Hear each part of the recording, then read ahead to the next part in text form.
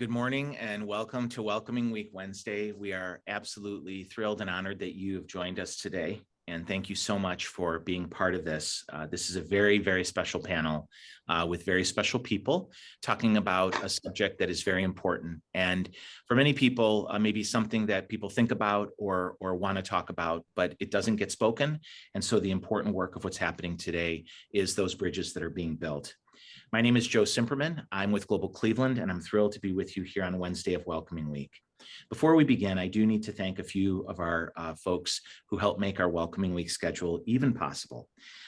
We would like to thank the Cleveland Cavaliers, the Cleveland Water Department, Italian Tours and Travel by Diana, K&D Group, United Church of Christ, Katniss Classics, City of Shaker Heights, the Cleveland State University, Cuyahoga Community College, Cuyahoga County Public Library, Dealer Tire, the Downtown Cleveland Alliance, Greater Cleveland Partnership, the 2021 Cleveland Marathon brought to you by Union Home Mortgage through Jack's staff and his family, Swagelock, Welcome House, Platform Brewery, AMS, Medical Mutual, Mitchell's Ice Cream, Cleveland's Transformation Alliance, Grants Plus, Mansour Gavin, Law Firm, Margaret W. Wong and Associates Law Firm, Midtown Cleveland, Neighborhood Family Practice, the Legal Aid Society of Cleveland, the Cleveland Foundation, the City of Cleveland, and Cuyahoga County.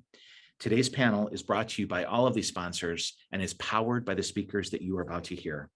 Our moderator is a friend of Global Cleveland and someone who works daily to create a dynamic in Cleveland where economic development and prosperity is shared by all. Emily Garr Pacetti is the Vice President and Community Affairs Officer at the Federal Reserve Bank of Cleveland. She is a collaborator, a researcher, a supporter of more inclusive economic growth locally and regionally, and more than any of that, she is a doer. Emily Garr Pacetti. Thank you so much, Joe. And I, too, am thrilled to be here with such an incredible panel. So thank you, Global Cleveland, for having me and for convening this group in particular. I thought it was very fitting. I just wanted to remind folks, if you haven't read the description for this panel, I wanted to call out something, and that is Global Cleveland's goal, and that's to create an inclusive and welcoming environment for newcomers in Cleveland and Cuyahoga County. And in Global Cleveland's work, they are many times confronted with this misperception that welcoming one group means not supporting another group. This is particularly important for the Black community here in Cleveland, which has continued to undergo historical systemic racism, deep-seated systemic racism that challenges them every day and puts Black people at a disadvantage. Now, over the last 18 months, we've seen COVID bring up new challenges to all lower and moderate income communities and people of color. This has particularly been outstanding with the Asian community. And I am so excited to have our guests here today discuss some of both the historical and current day challenges and the reasons why solidarity among disadvantaged groups is so extremely important. So with that, I just want to give a little overview of who is with us here today. So we have Josiah David Quarles. He's an organizer with Black Spring Cleveland, centering abolition in a host of endeavors to reimagine public safety and foster healthy communities through education, aid, coalition building, and policy advocacy. He's also program coordinator with the after-school program America Scores, which I love and have been a part of. We also have Robert Solomon with us, who serves as Chief Diversity Officer and Vice President for the Office of Diversity, Office for Inclusion and Diversity and Equal Opportunity at Case Western. Prior to joining CASE, he had worked with the Ohio State University for over 23 years as Assistant Dean, Chief Diversity Officer for the Law School, and Assistant Vice Provost in the Office of Diversity and Inclusion. Elaine Tso is also with us, and she is CEO at Asian Services in Action. In this role, she is responsible for leading the largest health and social service agency in the state of Ohio, focused on addressing the needs of Asian Americans and Pacific Islanders, immigrants, and refugees. Asia's mission is to empower and advocate so that the Asian American community has access to quality, culturally and linguistically appropriate information, health, and social services. Elaine supervises a leadership team responsible for direct health and social services, advocacy, capacity building, civic engagement, and special projects. We also have Kiwi Wongpeng, who is the owner of Thai Restaurant. She grew up as an Asian in America and has strong ties with the Black community, and she's going to share a little bit of her story with us today. Thank you so much for being with us, Kiwi. So with that incredible panel that you now have, I'm going to be quiet, and I'd like to hear from each of our panelists, first from those who work on these topics in their work lives, about any general experiences that they have seen. Elaine and Robert, I'm going to ask you first to describe some of what you have witnessed and experienced in terms of discrimination in your respective communities. And Elaine, let's start with you. Thank you. Thank you so much, Emily, as well as Global Cleveland, for this opportunity to share about these communities that we serve. I'll start off with a little bit of history. For folks who may not know, for hundreds of years, the Asian community was actually excluded from this country in terms of even being able to come to this country. So there was an act known as the Chinese Exclusion Act of 1882, which actually prohibited all immigration of Chinese laborers because they felt that it was a threat to the workers that were already living in the United States, and that somehow that would cause a problem in the United States. And here we are in 2021, and there aren't enough people to fill the jobs that are available. And it may surprise people to know that the Chinese Exclusion Act, which prohibited the immigration of Chinese laborers, it was not repealed until the 20th century.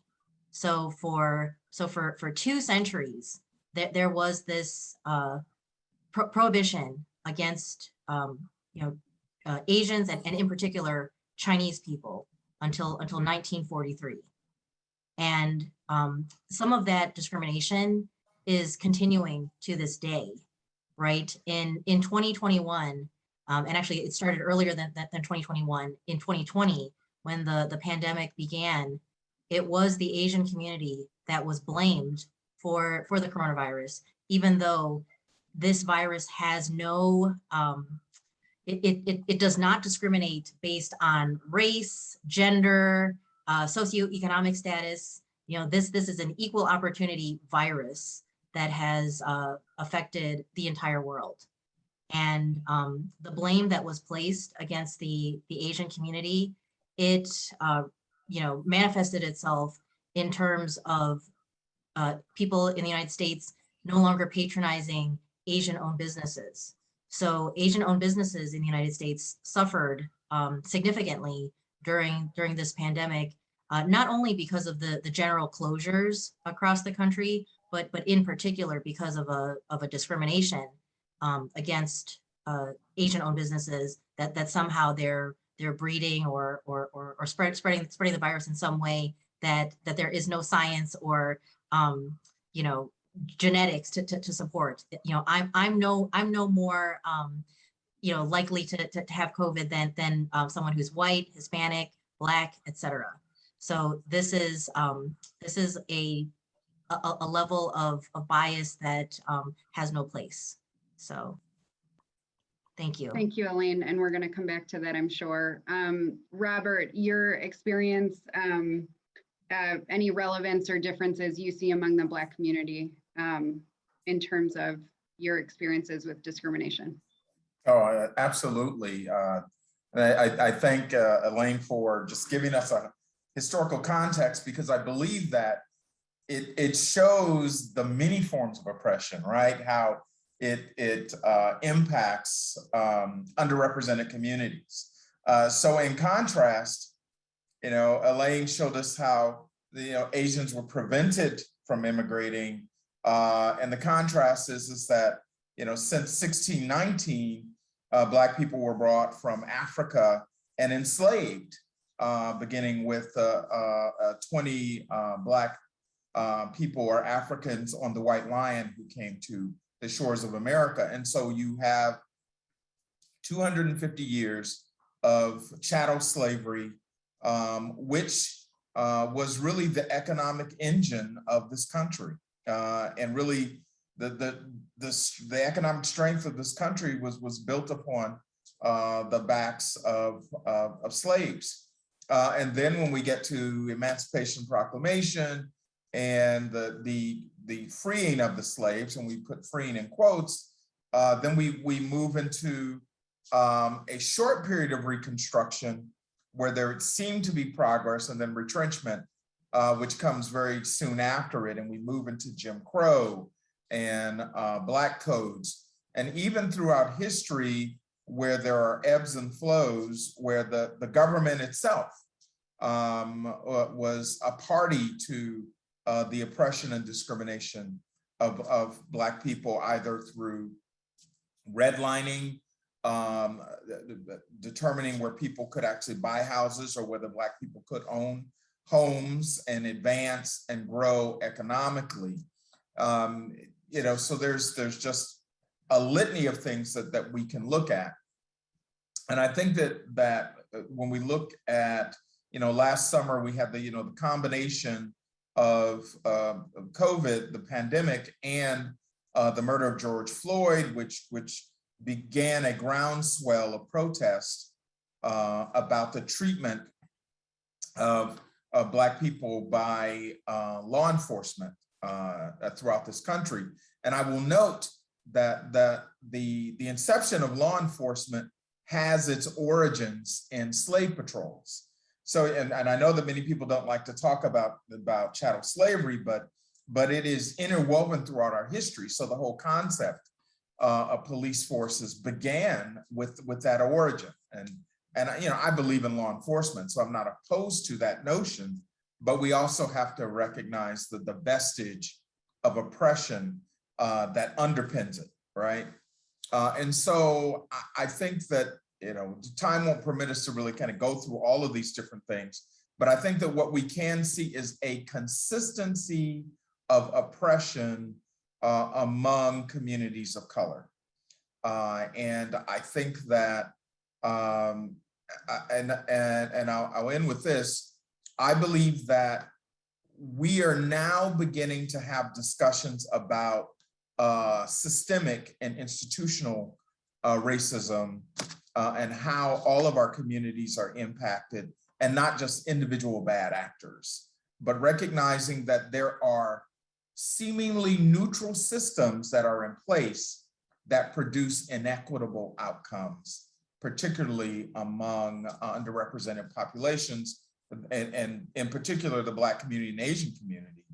And so there's work to be done, certainly on an individual level, but I think that we must address issues on an institutional level, recognizing that we're all impacted in adverse ways.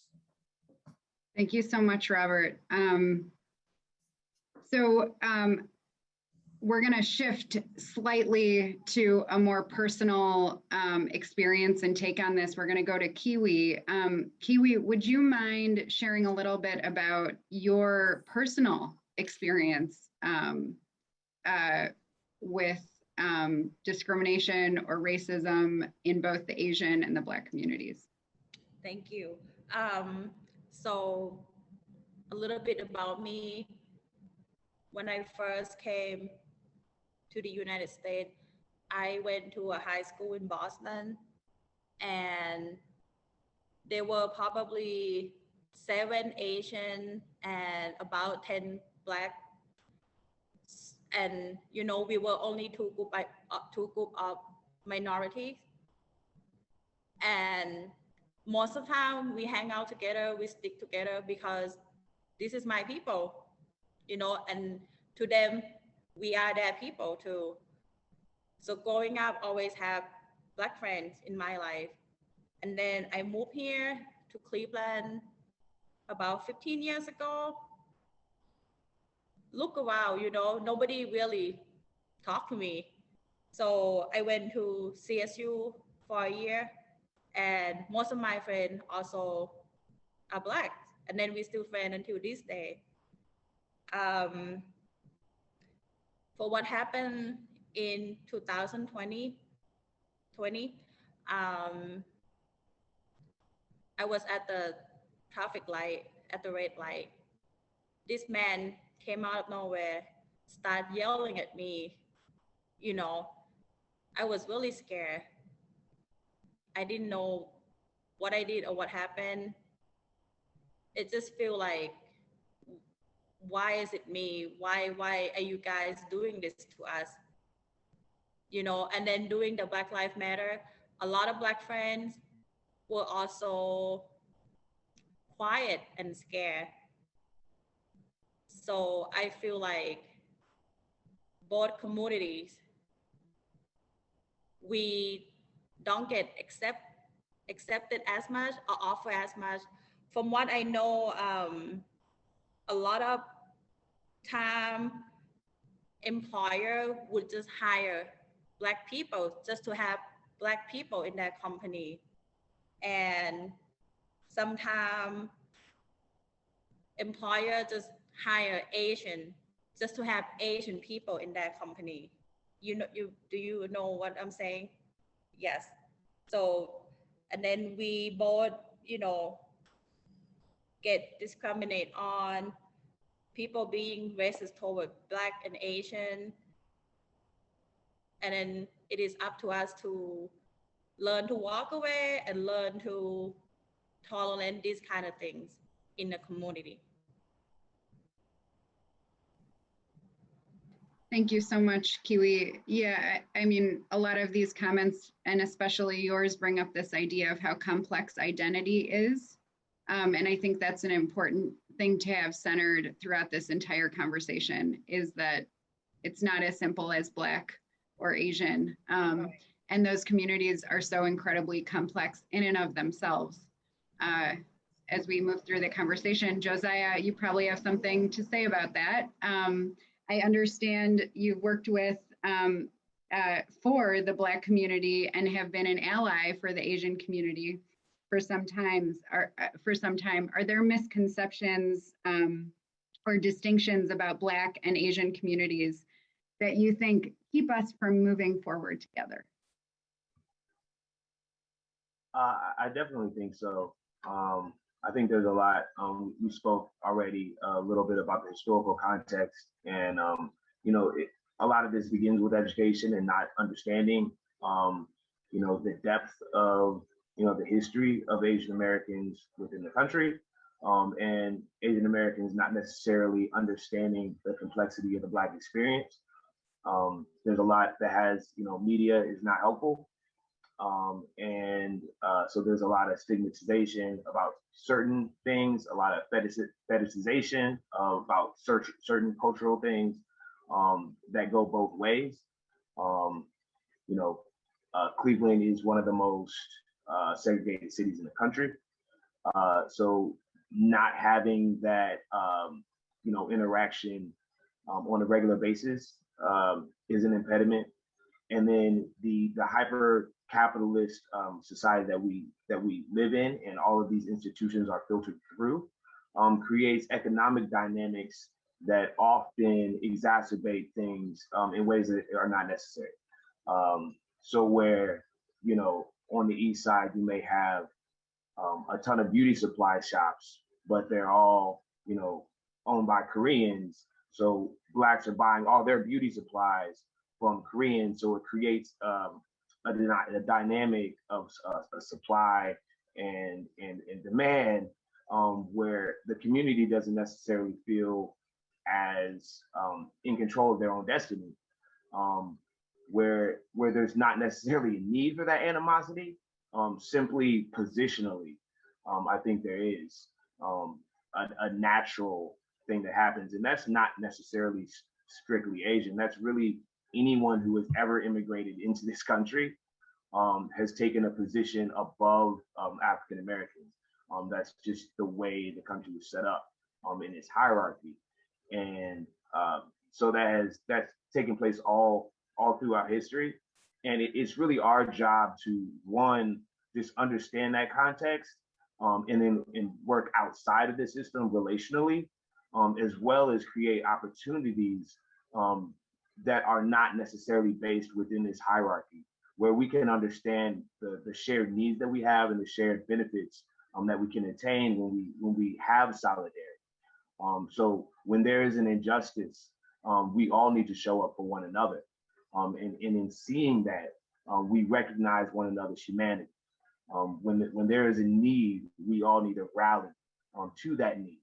And in that rallying, we will all see each other's humanity, and that's the starting point. As we diagnose all of these, entrenched systems, we really have to do the work within ourselves, our own personal biases, our communities, and have these conversations while we work on larger issues, and really find as much common ground that we can, and as much solidarity that we can in moving forward.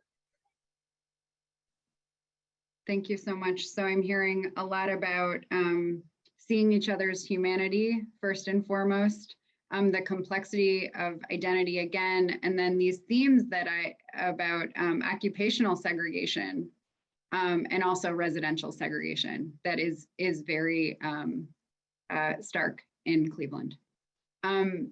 Elaine, if I could share another personal intersection on this topic. So when I moved to Cleveland, I had an opportunity to be a roommate with a fellow student, and that fellow student was a Black female, and I had already secured the apartment that I wanted to live in, and not fully knowing the neighborhood or anything like that. But the Black female that I was hoping would be my roommate, I told her what the address was, and then she said, "Oh, never mind." And then I said, "Wait a minute, is it me? We haven't even met yet. Is she judging me based on my name, the fact that I have an Asian last name, that she doesn't want to be roommates with me?" And then I came to learn in further conversation with this Black female that she didn't want to move into the neighborhood where I had secured an apartment because it was a historically discriminatory neighborhood against Blacks. And so she was like, "No, I will look." She told me it's not you, Elaine. I really just don't want to live in a neighborhood that it has been historically discriminatory against Blacks. And I couldn't believe it, because I did not know the neighborhood, and she did. She apparently did. As I dug deeper into that particular neighborhood, I did learn that there was a history of discriminatory behavior against Blacks in that residential area. And so I also moved out of that area because I felt that oppression myself. So but it was really eye-opening for me, not having grown up in Cleveland, to see that stark segregation, even within neighborhoods, of where people feel welcomed to live in certain neighborhoods, and where people do not feel welcomed to live in certain neighborhoods. And it's very sad for me to have that awareness at this point. thank you so much for sharing that. So I'm going to open it up to the panel. Any additional challenges that any of you feel are keeping different groups, many discriminated groups, particularly Black and Asian people, from moving forward together in the face of racism and really advancing kind of a collective well-being? I'm going to open that up to the group. I'm going to ask if you could use the little hand signal, if you could for the panel, and then I'm going to let the audience members know that in about 15 minutes, we're going to open it up for questions. So if you have questions for panelists, please be thinking of those now. And there you go, Robert, go ahead. And it's something that actually struck me. There was something that Josiah said that came to mind, and that is just kind of one of the challenges is what I think Isabel Wilkerson would talk about in her book Caste, and that is that Black people are viewed as the bottom of the social order and the class in the U.S. And immigrants and everyone else in between are middle caste, right?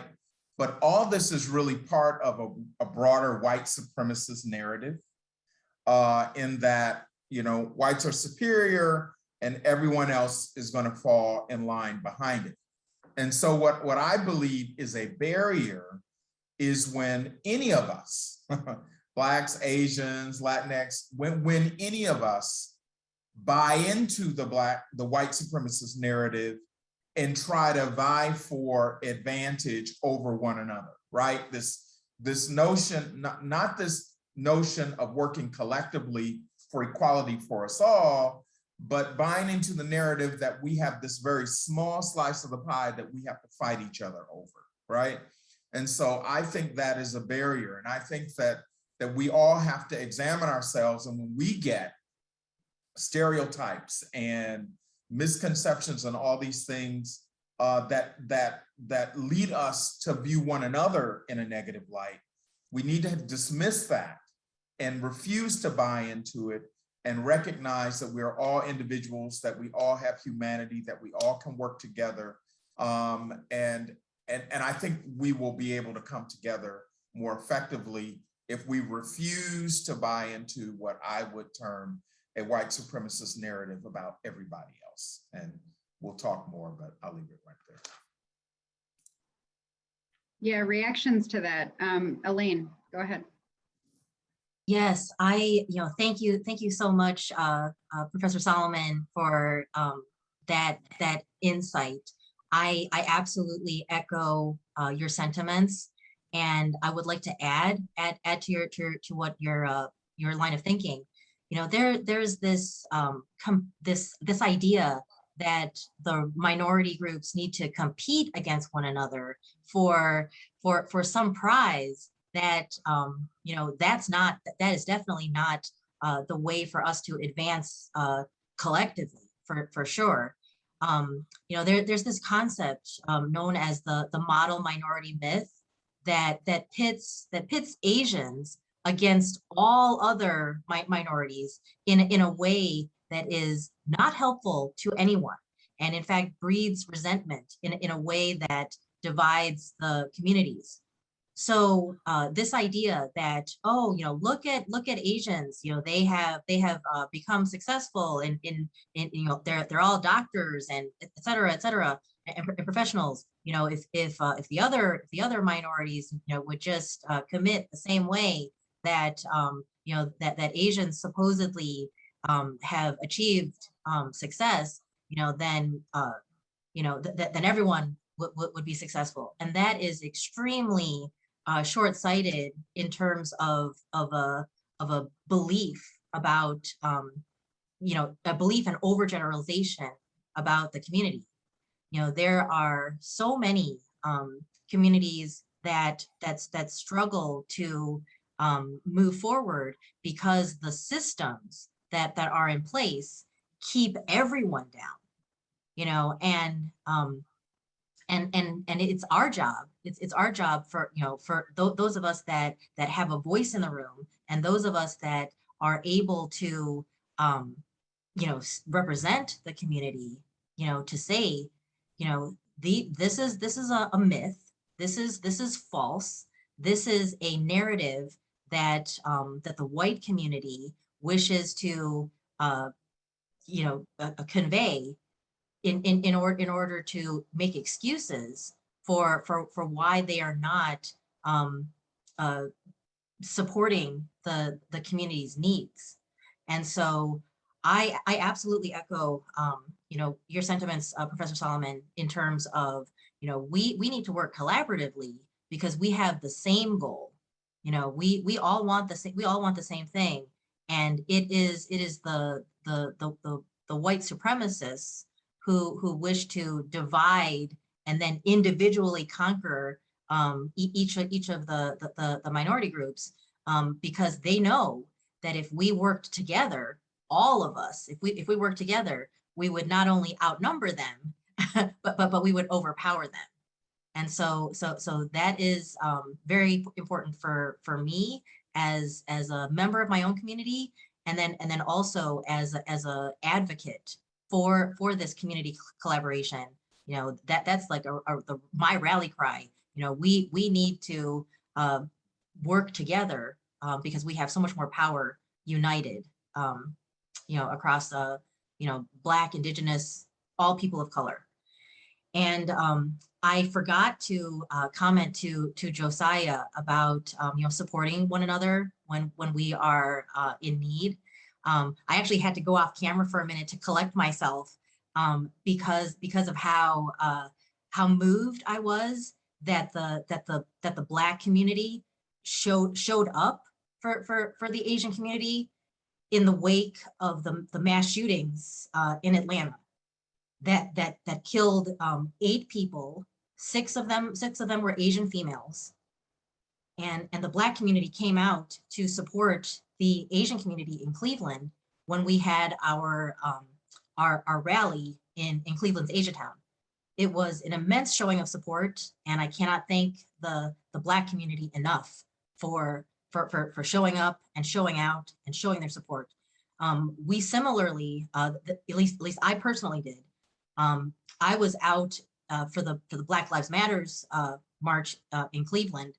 I didn't stay for the entire time, but I did show up just to show my support, and I appreciate all those opportunities to cross-culturally support one another. Thank you. Thank you. We're going to go to Josiah and then Kiwi. Over to you after. All right. Thank you so much, Elaine, for that. I was there, and it was very powerful. And you know, I was grateful to be a part of it. And you know, I have, you know, personal relations with many different Asians, from you know, Koreans to Filipinos, Chinese, Japanese. So it, you know, it was personal to me, and you know, I care about women as well. And so that, I mean, it was just a really dark moment. And you know, I feel like within the Black community, there is a lot of recognition of dark moments, and so it was very important for folks to show up, and I'm glad folks did show up in what capacity they did have. Kind of building off your point, Elaine, I think even within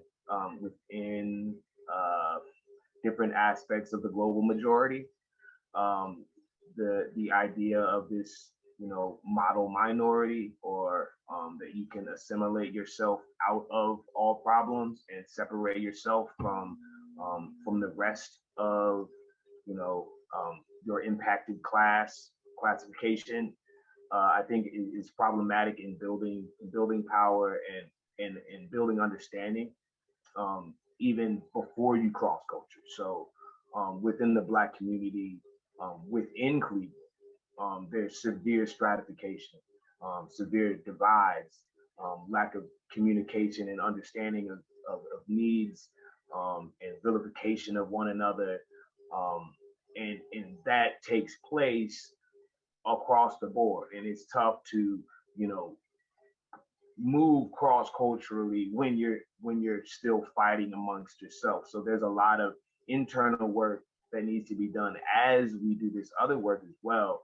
And I think that's just so important to recognize that there's you know, the Asian grandmother, you know, in Asiatown is really no different than the Black grandmother, you know what I'm saying, in Central, right?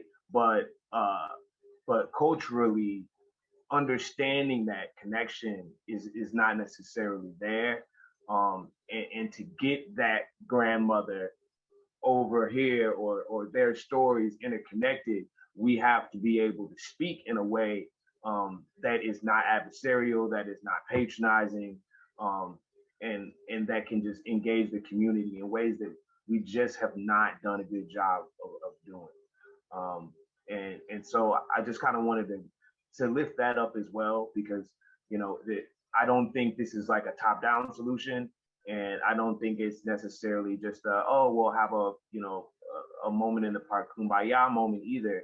I think like there's a lot of work that needs to be done on a lot of different levels, and I'm really glad to have this opportunity to talk about some of that work. You guys have naturally transitioned to where we are intended to go, which is, you know, what are the solutions? And there's no silver bullets, Josiah. But how do we move forward together?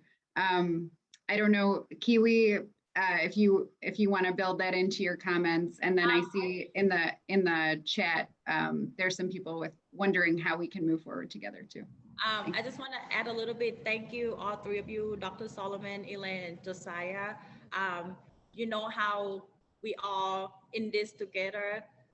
A lot of friends, a lot of our bubbles always say, oh, Black Lives Matter, South Asian hate. But sometimes I just see that they're just saying that they don't really take action. I would like to see more action of that. You know, Black Lives Matter, are you there to support them? Are you reaching out to your Asian friend when things happen? It is time to take action, not just saying it. Thank you. Thanks, Kiwi. So building on that, I think we have a question in the chat or the Q&A from Janika, and that is, how can folks be more engaged in building collective power across racial lines? And what are the steps to ensure momentum is continued among younger generations? How can we encourage them to show up? Any responses to that?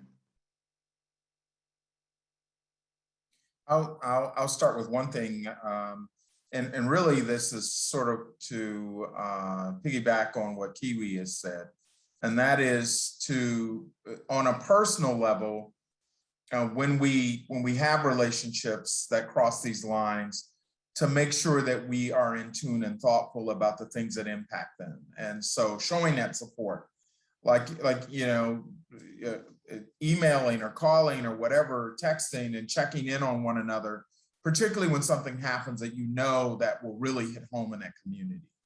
And you know, I mean, Elaine even pointed out just the show of support means a lot. And so I think that who is it?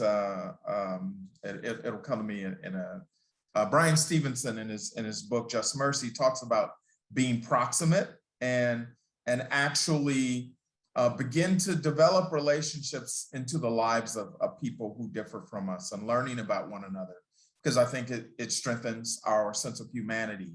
And so it also debunks these notions that we're so different that we can't relate and that we can't really touch one another in important ways.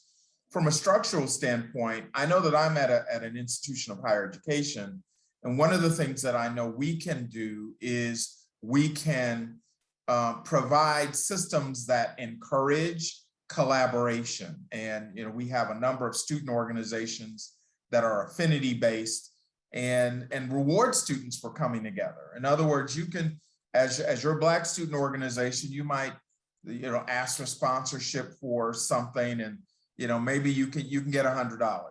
But if you come and you've got, you know, Asian students and Latinx students and other students to LGBT group together, if you come as a group, you get $1,000, right? So it starts to reinforce the notion that coming together produces more fruit, you can do more, and you can have a greater reach in collaboration. It's just positive reinforcement. But I think that as a community, we should think about trying to create an organization that advocates more broadly, recognizing that at times there will be very specific needs, but I think that as a whole, an organization of some sort that has a broader reach can help us to reinforce this notion that we can come together to make positive change. Either, whether it's a PAC, it could be a political action committee, it could be a service group or something like that. So that would be my suggestion.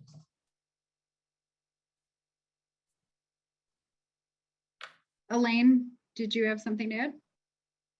Yes, thank you. So it's not a direct response to the question that was posed in the chat, but it is just a I guess a further comment to what has been shared, and that is the intentionality of working with each other and working beyond our immediate community. So I will share that even though the organization that I lead is known as Asian Services in Action, we actually serve, everyone. We don't exclusively serve Asians. We serve any immigrant, any refugee, and really anyone, even if they're not an immigrant or a refugee, but they just are geographically proximate to our services. In terms of the communities that we're serving, we are serving Asians, yes, but we are also serving the African community from Africa. So that's a whole other complexity of culture and community, because Blacks that live in the United States and that have always lived in the United States, at least during their life, have a very different culture and perspective than someone who is coming to this country more recently, like for example from the Democratic Republic of the Congo or something along those lines, from Africa, during this current era. There are language challenges, there are cultural differences, and we are opening our minds, our ears, our hearts to understand those communities so that we could serve them better. And I think that's all part of this work. If we're truly going to be welcoming the world, we need to be ambassadors, not only for the United States and the community that's living here, but also open to the differences that may exist in understanding.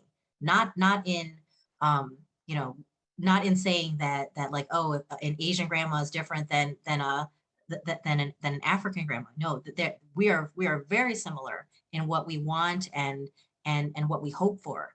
But the differences that I'm speaking of are differences in understanding each other, and that's really where we need to close the gap. If we open our ears and our hearts and our minds to better understanding each other, I think that's where the collective power can be harnessed.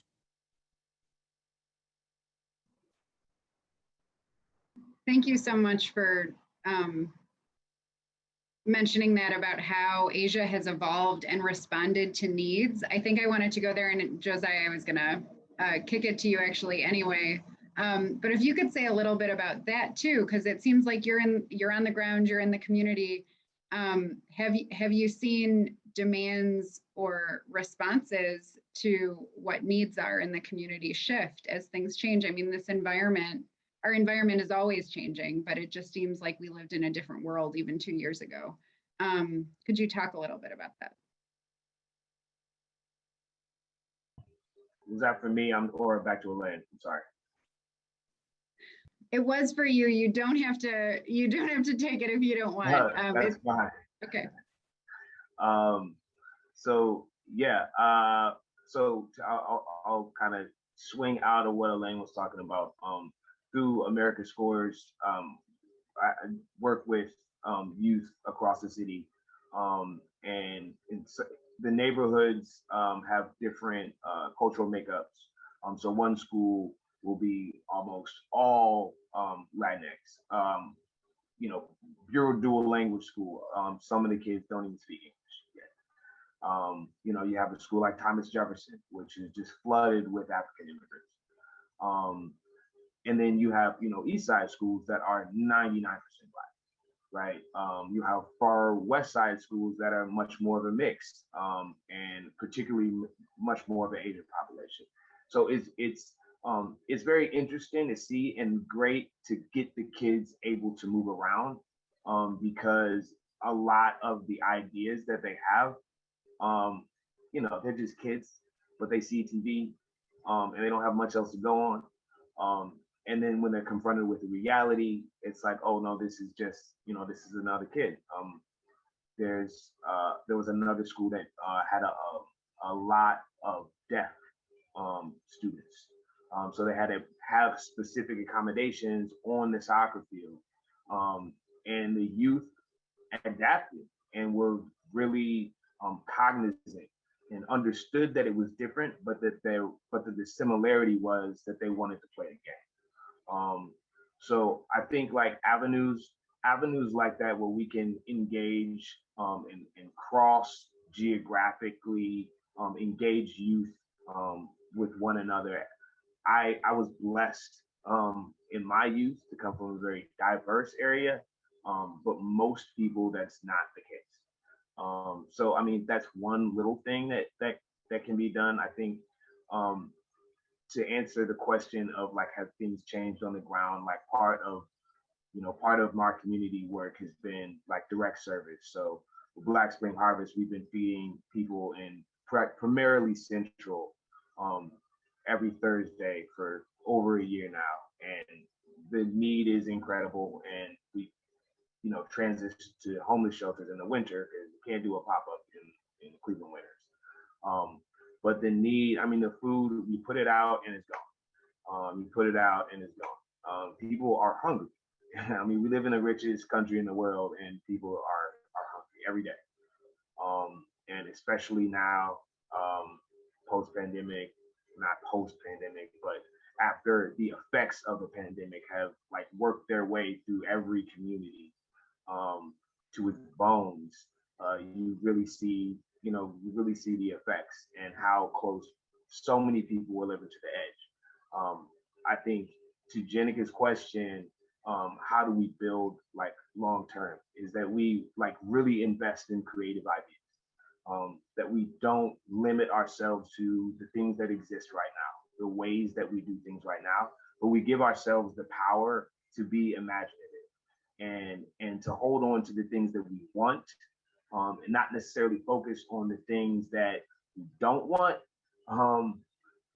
but only in the aspect to make room for something better, and trust each other, and you know, go out on a limb a little bit for one another, and when you do that, that is seen, and then others are more likely to do the same for you.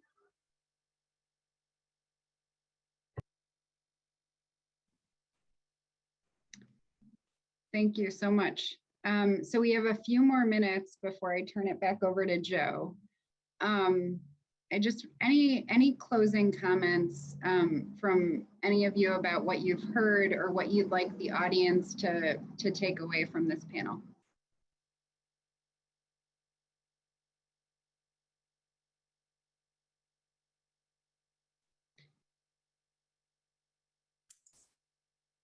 Robert, go ahead. I was going to jump in with my own if you were if you weren't. Well, you know, I just appreciate the panel so much for sharing a lot of wisdom. I've learned so much, and I'm probably the old guy in the group. So I appreciate this wisdom that I'm getting. I think that it's so important. And I'll double back to something else I was talking about in this white supremacist framework. And we recognize that you have to look at it in two levels. There are people who are actively advancing a white supremacist framework, but you also have to understand that our society, unfortunately, has structured in a way where it's baked into the DNA of our society, which is why our focus has to be on systems, because there's systems. If we did absolutely nothing, we would get these inequitable outcomes, adversely impacting communities of color. And so we have to focus in on the systems. And I know some people struggle with accepting that that is the reality, but if you read your history, there's just a ton of stuff out there that will help people to understand that. So I think that the takeaways that for me is that one, we have so much in common. We have a common interest. All of us, not just communities of color, but all of us have a common interest in unifying our world. And I read voraciously. I would recommend the book, The Sum of Us by Heather McGhee. And what she really talks about is how racism hurts everybody. It doesn't just hurt communities of color, it hurts white people. It hurts American society, it hurts the democracy. And so if we can get all of us to understand that working together collectively in a unified way to elevate all of us is good for America, it's good for our society, and it's good for our prosperity. And really, I think that's what we're advancing. So this particular panel is about how two communities of color in particular can collaborate and work together and grow stronger. But we view this as part of the broader collective of working together and advancing so that we all can move forward, so that no one can have experiences of oppression and disadvantage, but so that we all can be there to support one another moving forward. Thank you, Robert. Thank you, Josiah. Thank you, Elaine, Kiwi. You guys are all phenomenal. I look forward to the opportunity to get to know you better in your work. I will say, to your point, Robert, we at the Federal Reserve, we work at the systems level. You know, we are responding to the pandemic. We are working with government agencies to put out things like PPP loans for many businesses of color. And we learned that, you know, there are ways to do that effectively, and there are ways that we failed, and we're working to get better. So I think each of us, I heard a lot of themes on this panel too about what people can do at the personal, very, very personal level, just to reach out to people, to check in, to see how they are. I mean, it was just such a beautiful collection of thoughts that were both very systemic and very personal at the same time. I really appreciate you, Joe, and the leadership that you've shown with Global Cleveland to elevate these really important voices in the community. And with that, I will give it over to you. Thank you so much, Emily. And thank you, Dr. Solomon. And thank you, Josiah Quarles. And thank you, Elaine Tso. And thank you, Kiwi Wongpeng, for a really fantastic conversation, a nutritious one, a challenging one, and one that I know a lot of people are going to turn back to and say, so much great work is going on, and so much great work will continue as a result of the lived experiences of each and every one of you. So thank you very much for that. I also just want to quickly thank Supriya Tamang, my colleague at Global Cleveland, who really spearheaded this and put this together. And I'd be remiss if I didn't thank her for her great work. And I think everybody on the panel would agree. She's a really super person. Also want to thank everybody for making this Welcoming Week 2021 happen. Again, to thank the Cleveland Cavaliers, the Cleveland Water Department, the Italian Tours and Travel by Diana, K&D Group, United Church of Christ, Katniss Classics, the City of Shaker Heights, Cleveland State University, Cuyahoga Community College, Cuyahoga County Public Library, the Dealer Tire, Downtown Cleveland Alliance, Greater Cleveland Partnership, the 2021 Union Home Mortgage Cleveland Marathon, October 23rd and 24th, brought to you by Jack Staff, Swage Lock, Welcome House, Platform Brewery, AMS, Medical Mutual, Mitchell's Ice Cream, Cleveland Transformation Alliance, Grants Plus, Mansur Gavin Law, Margaret W. Wong and Associates Law, Midtown Cleveland Neighborhood Family Practice, the Legal Aid Society of Cleveland, the Cleveland Foundation, the City of Cleveland, and of course, Cuyahoga County. There are many other events that are happening for Welcoming Week. Please go to our website, which is globalcleveland.org. And please, as a reminder, we have a drawing coming up to win 4 free tickets to Hilarities, which has been a tremendous supporter of our work in terms of welcoming people. And that is the deadline for those tickets is today. So please sign up for the Pickwick and Frolic and win 4 free tickets to a great event. Mostly thank you to each and every one of you who's watching and who will watch this. This will be on our website and archived. A lot of people I know will come back to it. And thank you mostly everybody for helping us realize the truth that we strengthen our city by welcoming our world. Happy welcoming, everybody. I'm so grateful to be in the same city with you all.